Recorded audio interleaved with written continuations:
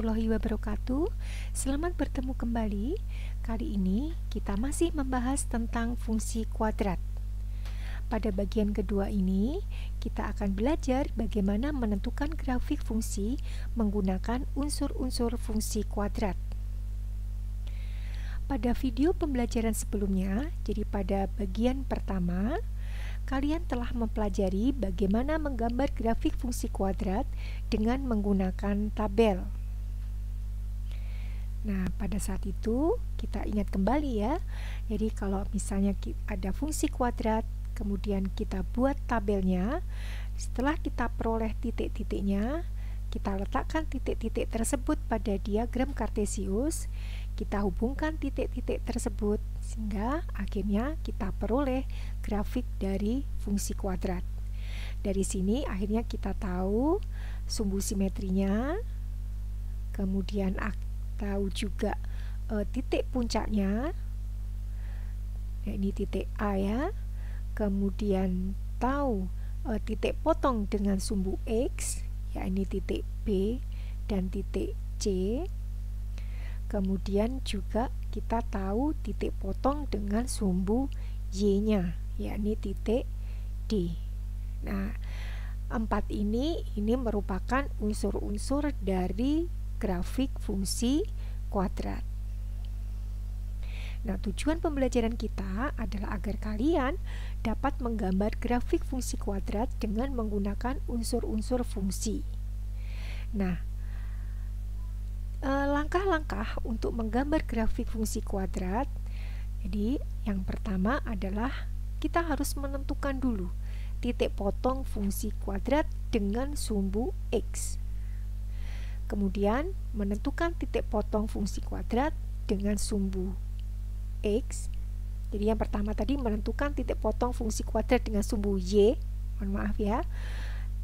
Kemudian, yang kedua menentukan titik potong fungsi kuadrat dengan sumbu X, atau kita mencari pembuat nol fungsinya.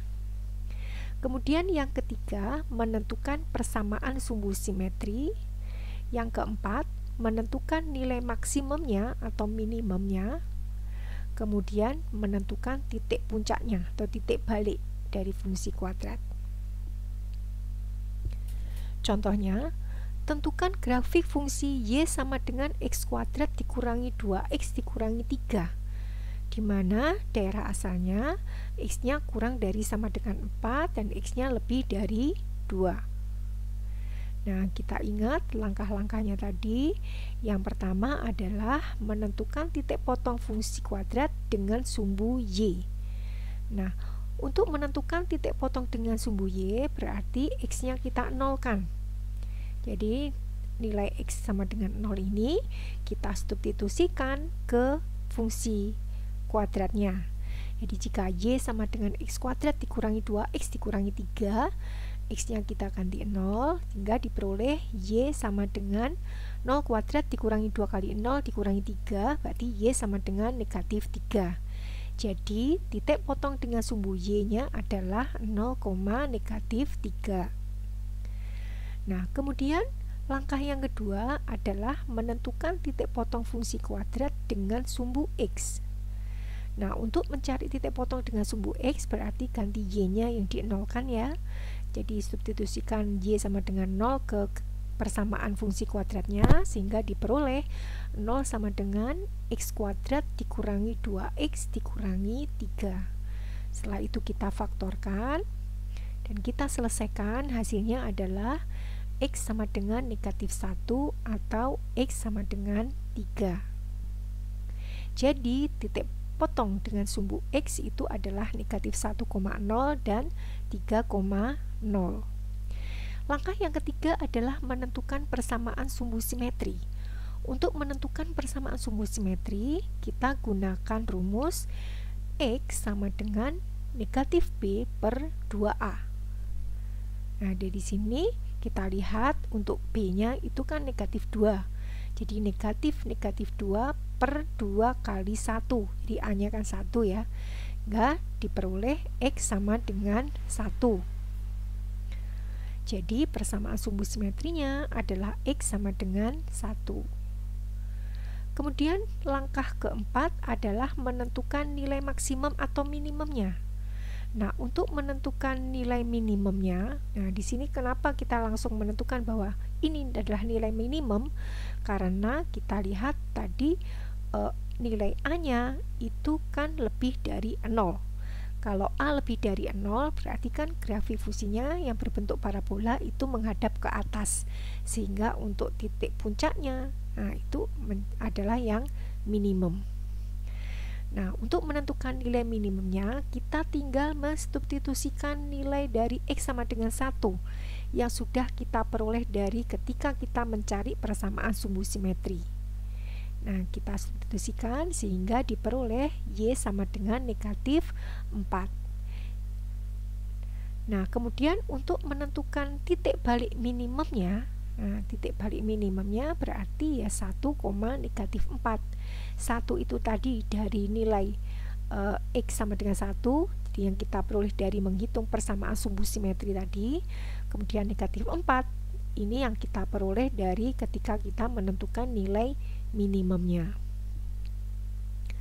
Nah, untuk menggambarnya agar kita lebih bagus gambarnya, nah kita gunakan titik bantu. Nah, titik bantunya ini tidak usah banyak-banyak titiknya. Di sini ibu gunakan hanya 2 titik. Kenapa memilih X sama dengan negatif 2 dan 4? Karena kita kembalikan pada soalnya tadi, di situ yang diminta domainnya itu adalah yang paling kecil ya, nilainya adalah negatif 2, kemudian paling besar X-nya itu bernilai 4. Nah, itu kita belum tahu untuk X sama dengan negatif 2 itu Y-nya berapa, untuk X sama dengan 4 pun juga Y-nya berapa. Nah, setelah kita substitusikan ke persamaan fungsi kuadrat, ternyata hasilnya adalah diperoleh Y sama dengan 5 untuk X sama dengan negatif 2, dan untuk X sama dengan 4, Y-nya juga sama dengan 5. Sehingga kita peroleh titiknya negatif 2,5 dan 4,5. Nah, setelah ini barulah kita membuat sketsa dari grafik fungsi kuadratnya.